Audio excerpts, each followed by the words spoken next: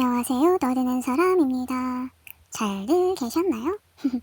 하루 만에 돌아온 떠드는 사람 255화는 자파르 파나이 감독의 신작 그저 사고였을 뿐 이 영화에 대해서 떠들어보도록 할게요. 이 영화는 단순한 사고로 시작을 하지만 뭔가 누군가를 찾아가는 그런 추적 스릴러처럼 전개가 됩니다. 하지만 결국에는 사회적 고발로 귀결되는 그런 작품이에요. 꽤 흥미로운 영화이기 때문에 여러분께 이제 소개해드리고 싶어서 이렇게 255화에 준비하게 되었습니다. 영화의 시작은 굉장히 단순해요. 신나게 노래를 부르는 귀여운 딸, 그리고 임신한 아내, 가족을 차에 태우고 밤길을 즐겁게 운전해서 달리고 있던 한 남자가 어둠 속에서 개를 차로 치게 됩니다. 물론 로드킬이 없으면 좋겠지만 여러 큰 범주 안에서 봤을 때 로드킬은 작은 사고라면 작은 사고잖아요. 근데 그 작은 사고가 남자의 인생을 뒤흔들게 됩니다.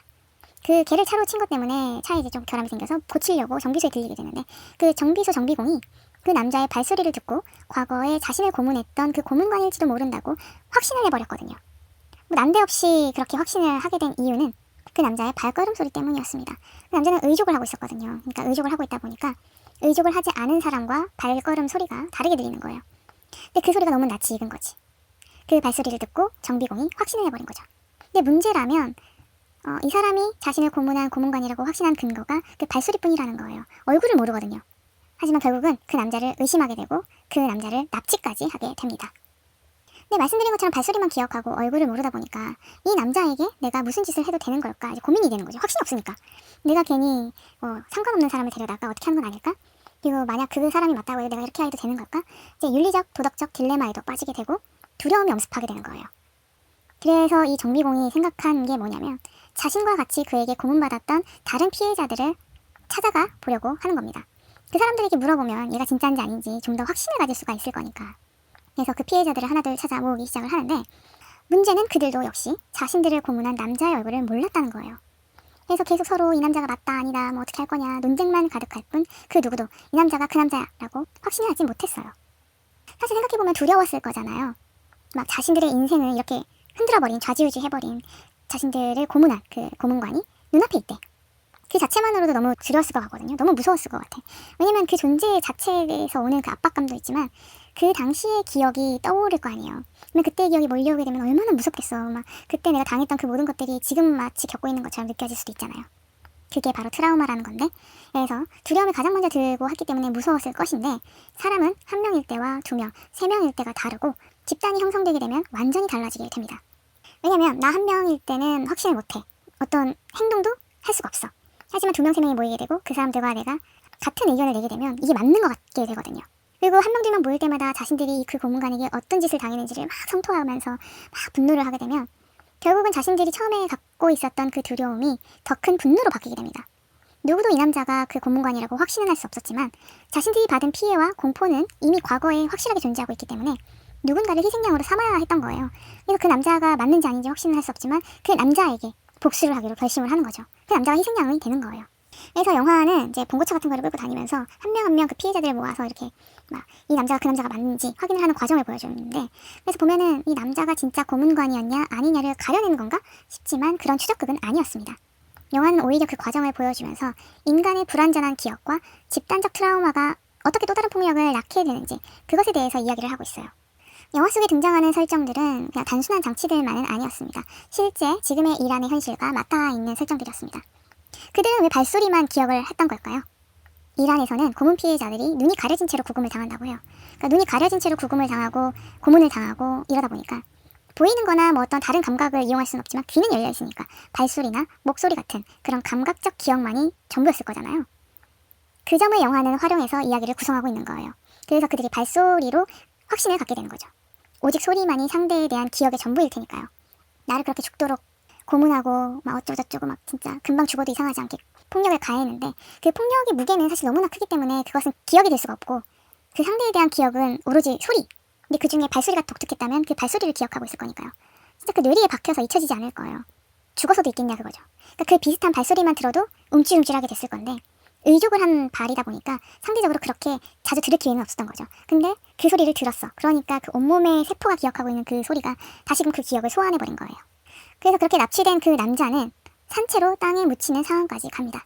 살아있는 채로 땅에 묻히게 되는 그 장면은 1980년대 정치범 학살이나 집단 매장을 떠올리게 하는 장면인데 지금도 이라는 국제인권단체들이 구금 과정에서 벌어진 고문이나 강제로 받게 된 자백, 그리고 성적 학대에 대한 보고를 꾸준히 하고 있다고 해요. 게다가 2022년에는 사건도 있었잖아요. 그 히잡 착용 문제 때문에 히잡을 하냐 마냐의 그런 것들이 이제 막 엄청 큰 나라다 보니까 히잡 착용 문제 때문에 한 여자가 도덕경찰에게 붙잡히게 됩니다. 마흐사미라는 여자인데 이 여자가 도덕경찰에게 붙잡혔다가 며칠 만에 의문의 죽음을 당하게 돼요. 그래서 그 사건을 촉발로 해서 시위가 벌어지게 됩니다. 근데 그 시위 진압 때도 그런 상황은 여전했다고 해요. 시위자들을 데려가서 뭐 구금하고 감금하고 폭행하고 뭐 이제 여러 가지 사고들이 많았다는 거죠. 그러니까 그저 사고였을 뿐 이 영화에 나오는 이야기는 지금도 그들에게는 현실의 이야기인 셈입니다. 감독 파나히는 20년 가까이 영화 제작 금지령을 받고도 여러 사회 고발하는 영화들을 만들었어요. 뭐 이제 여성의 활동들을 터부시하는 나라다 보니까 여성의 축구장 입장 금지를 풍자하는 영화나 여성 예술가의 억압된 현실을 뭐 그런 고발하는 영화, 이란 사회의 일상을 가지고 영화를 만들어 왔었는데 이 그저 사고였을 뿐 이 영화는 한층 더 직접적인 거죠. 고문당한 사람들이 직접 나오잖아요. 물론 고문당한 그런 과정을 여실하게 보여주는 건 아니지만 고문을 당한 사람들, 그리고 그 중간중간에 등장하는 거의 뭐 존재할 필요도 없을 것 같은 그런 경찰이라던가 뭐 아니면 뭐 어떤 시큐리티라던가 뭐 이런 그밖에 국가폭력이라는 금기를 정면으로 마주하게 합니다. 영화는. 그래서 추적 스릴러라는 장르적 외피를 입혀서 관객들에게 야 우리 이런 추적을 할 건데 한번 봐봐 이렇게 해놓고 그렇게 몰입을 시켜놓고 현실 고발을 빡 해버리는 거예요.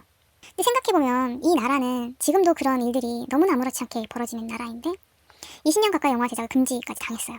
그리고 막 어떻게 감독도 막 감금당하고 막 이랬어. 그랬는데도 불구하고 이런 사회 고발을 계속하고 있다는 거는 굉장한 거거든요. 자기 자신뿐만 아니라 자기 가족이나 자기가 갖고 있는 모든 것들을 걸고 행해지는 행위잖아요. 이건 정말 놀라울 수밖에 없는 일인 겁니다. 저항의 상징이라고까지 표현할 수 있을 것 같아요.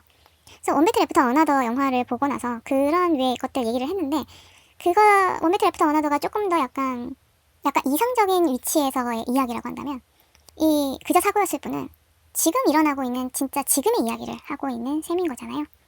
그래서 저항의 상징 그 자체인 영화인 거고 그래서 새삼스럽게 영화는 예술이라는 장르의 하나지만 이렇게 정치적 발언도 가능하고 사회적 고발까지도 가능한 그런 진짜 대단한 기능을 한다. 그렇게까지도 볼 수 있을 것 같아요. 이 영화의 제목이 그저 사고였을 뿐 이거잖아요. 근데 이 제목은 어떻게 나오게 된 걸까요? 그냥 나온 제목은 아닙니다. 생각해보면 국가는 이란뿐만이 아니라 우리나라를 포함한 여러 국가들은 이러한 사건들을 단순한 사고로 축소하거나 은폐했어요. 뭐 현재라고 다르진 않겠지만 특히 뭐 한국의 군사 독재 시절이나 아니면 뭐 아르헨티나의 군부 시절 뭐 이런 류의 것들이 지금 세계 곳곳에 있잖아요. 미국에도 물론 있고 국가랑 관련된 이런 사건들을 국가는 항상 축소시킵니다. 이건 뭐 너네가 아는 것만큼 그렇게 큰일 아니야. 어쩌다가 보니까 생긴 일이야. 막 이런 식으로 하거든요. 시위자의 죽음은 그냥 어쩌다 보니 생긴 사고. 그리고 고문하다가 누군가 죽었다면 그것은 그냥 우발적인 사건. 이런 식으로 부르게 돼요. 그러니까 어떤 가용된 폭력을 어떤 구조나 시스템의 문제가 아니라 우리는 그런 것까지 생각 안 했지만 이게 되게 예외적으로 벌어진 사건이다. 이런 식으로 축소를 해버린 거죠. 그래서 이런 우발적 아니면 과잉 진압을 통한 뭐 어떤 사고, 뭐 예외적인 사건 이런 식으로 단순한 것처럼 한다면, 그러니까 언어잖아요. 단순한 언어인데도 불구하고 이 언어가 진실을 가진 현실을 덮는 순간에는 모든 게 축소가 되어버려요.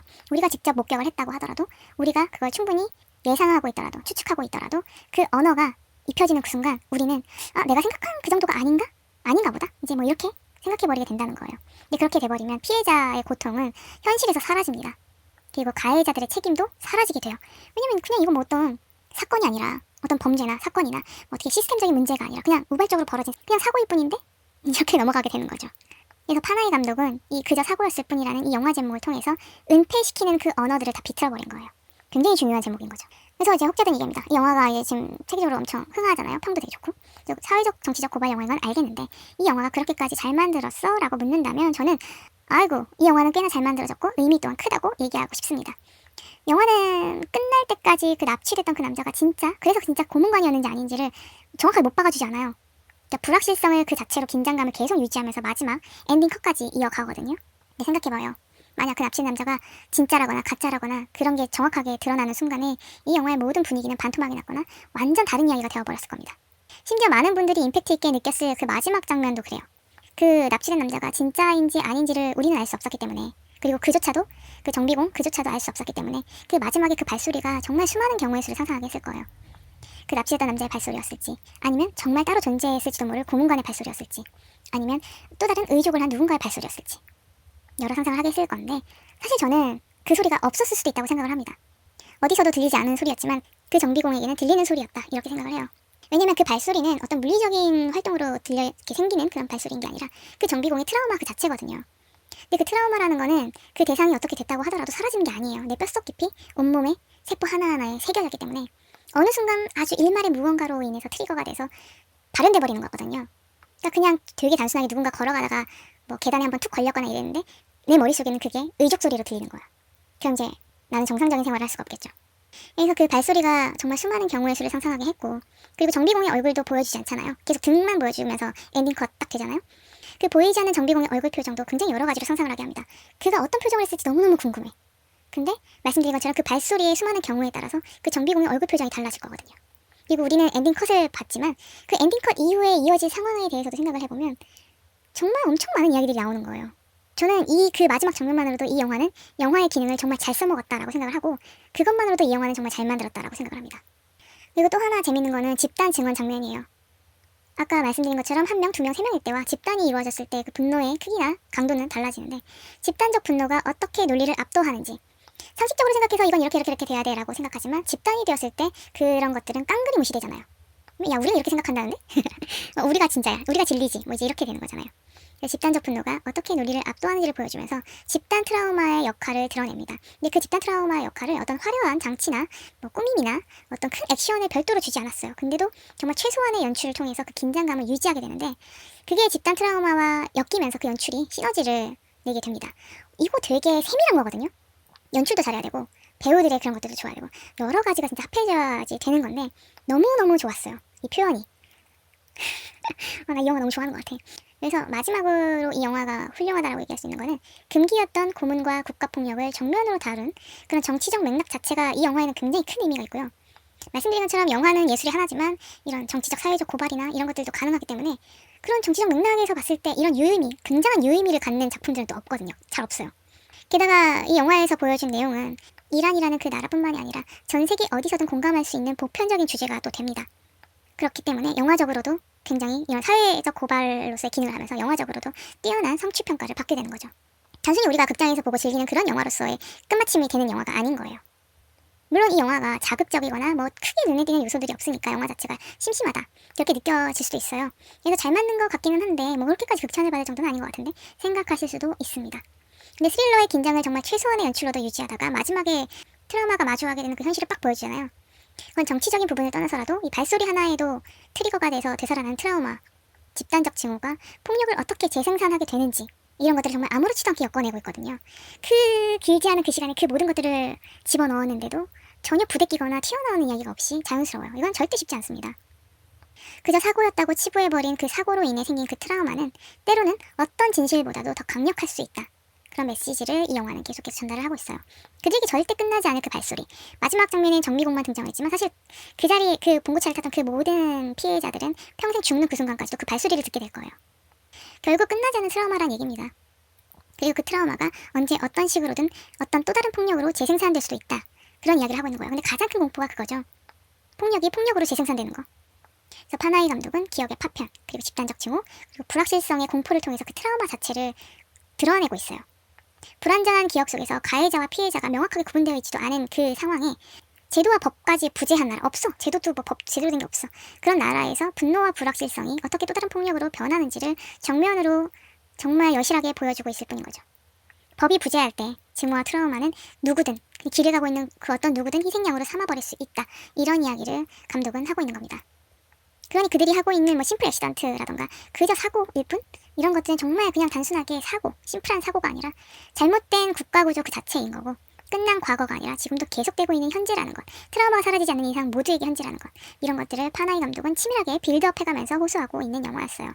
이 영화를 보면 정말 엄청나게 많은 생각들을 하게 됩니다. 많은 상상과 많은 생각들을 하게 돼요. 정말 수작이 아닐 수가 없습니다. 그러면 이렇게 떠든 사람 255화, 그저 사고였을 뿐이지만 현재 진행 편을 마치도록 하겠습니다. 다음 256화에서는 어떤 이야기로 떠들지 기대해주시고요. 영화나 드라마에 대해 하고 싶은 이야기, 듣고 싶은 이야기, 궁금한 이야기, 대신 봐줬으면 하는 작품들에 대해서는 이메일 sayloveU, sayloveuu @gmail.com이나 팟빵, 애플 팟캐스트, 스포티파이, 인스타 떠든 사람 채널에 남겨주세요. 그럼 256화에서 만날게요. 안녕!